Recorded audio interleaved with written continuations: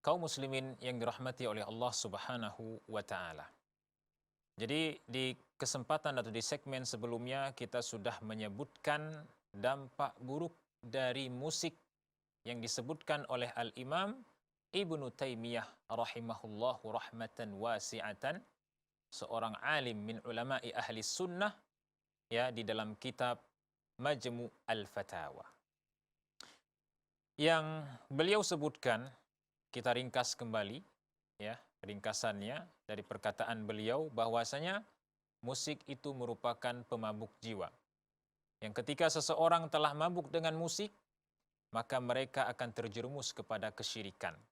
Dan bentuk kesyirikan yang terjadi pada pelaku atau penggemar musik adalah kesyirikan di dalam kecintaan mereka kepada makhluk. Mereka memberikan kecintaan mereka kepada makhluk sama dengan kecintaan mereka kepada Allah Subhanahu wa taala. Kemudian setelah mereka terjerumus kepada kesyirikan, mereka pun akan melakukan al-fawahish. Al-fawahish artinya adalah semua bentuk kemaksiatan dan dosa. Contohnya adalah seperti perzinaan. Kita melihat bahwasanya tempat-tempat perzinaan pasti tidak terlepas dari yang namanya musik. Bahkan kaum muslimin yang dirahmati oleh Allah Subhanahu wa taala, Al-Imam Ibnul Qayyim rahimahullahu rahmatan wasi'atan, seorang alim min ulama ahli sunnah wal jamaah rahimahullahu rahmatan wasi'atan, yang wafat pada tahun 751 Hijriah, dalam kitab Ighatsatul Lahfan min Masaidis Syaitan, sebuah kitab yang menjelaskan tentang kaidus syaitan ataupun macam-macam dari tipu daya syaitan.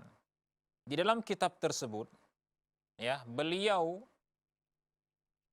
memasukkan salah satu di antara tipu daya syaitan adalah musik.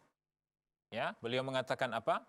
Wa min makaidi aduwillahi wa masaidihi allati kada biha man qalla nasibuhu minal ilmi wal aqli wad din wa sada biha qulubal jahilin wal mubtilin sama'u al muka'a wat tasdiyati wal ghina'i bil alat al muharramah.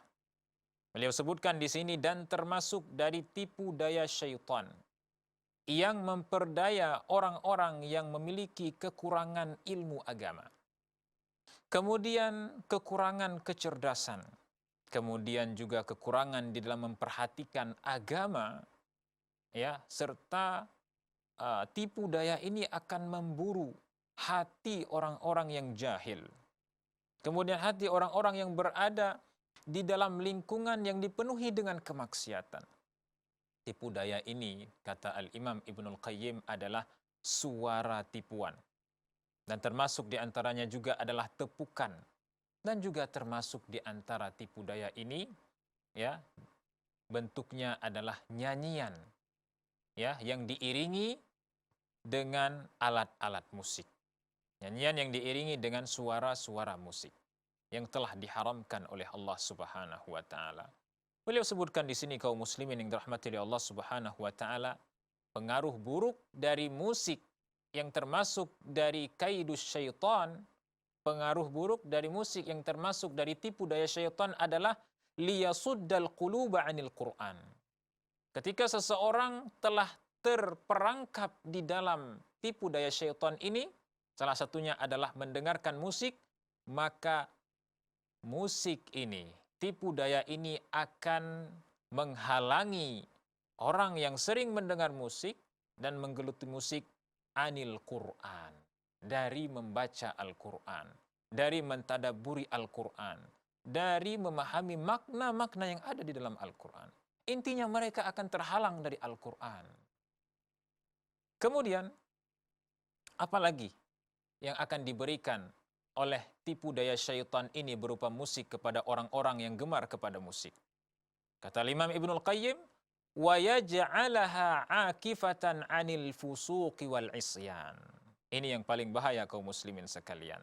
Selain musik itu bisa menghalangi seseorang dari Al-Qur'an, ternyata musik juga akan menjadikan seseorang itu merasa tenang di dalam kefasikan dan kemaksiatan. Subhanallah. Ini begitu mengerikan kaum muslimin yang dirahmati oleh Allah Subhanahu wa taala. Ya. Ternyata perkara musik ini bukan perkara yang dianggap enteng. Akan tapi perkara musik ini merupakan perkara yang sangat mengerikan pengaruhnya. Dia bisa mempengaruhi hati manusia, ya, sehingga terhalang dari membaca Al-Qur'an. Bahkan dia bisa membuat manusia itu nyaman, ya, tenang, tentram di dalam kefasikan dan kemaksiatan kepada Allah Subhanahu wa taala. Kemudian beliau mengatakan, fahuwa Qur'anus syaitan. Ketahuilah bahwasanya musik itu merupakan bacaan syaitan. Musik itu merupakan mantranya syaitan yang menyesatkan manusia. Kemudian Al-Imam Ibnul Qayyim juga mengatakan, wal hijabul kathifu anil Qur'an.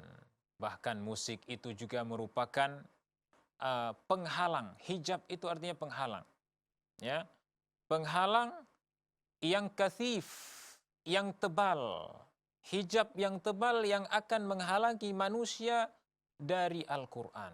Hijab yang tebal yang akan menghalangi manusia dari rahmatnya Allah Subhanahu wa ta'ala. Bahkan, sedikit lagi kita lanjutkan perkataan Al-Imam Ibnul Qayyim. Ini yang lebih mengerikan lagi. Ketahuilah bahwasanya, kata Al-Imam Ibnul Qayyim, musik itu juga merupakan ruqyatu al-liwati waz-zina. Ya, musik itu termasuk di antara ruqyahnya para pelaku liwat, homoseksual dan pelaku perzinaan. Ma'asyiral muslimin yang dirahmati oleh Allah Subhanahu wa taala. Jadi orang-orang yang melakukan perzinaan, orang-orang yang melakukan homoseksual, ya, ataupun melakukan hubungan sesama jenis atau pelaku homoseksual itu, mereka adalah orang-orang yang sebelum melakukan kemaksiatan tersebut, mereka akan mendengarkan musik terlebih dahulu yang akan merangsang birahi mereka untuk melakukan perkara tersebut. Ma'asyiral muslimin yang dirahmati Allah Subhanahu wa taala. Dan ini adalah perkara yang nyata yang kita lihat di zaman sekarang ini. Ya, perkara yang nyata yang kita lihat di zaman sekarang ini terjadi di mana-mana kaum muslimin sekalian, ya, para pelaku homoseksual, kemudian para pelaku perzinaan, maka mereka tidak akan terlepas dari yang namanya musik. Karena ketahuilah, musik itu merupakan ruqyatu al-liwat, termasuk di antara mantra-mantra para pelaku liwat dan perzinaan. Inilah yang dikatakan oleh Al-Imam Ibnul Qayyim tentang musik di dalam kitab Ighatsatul Lahfan.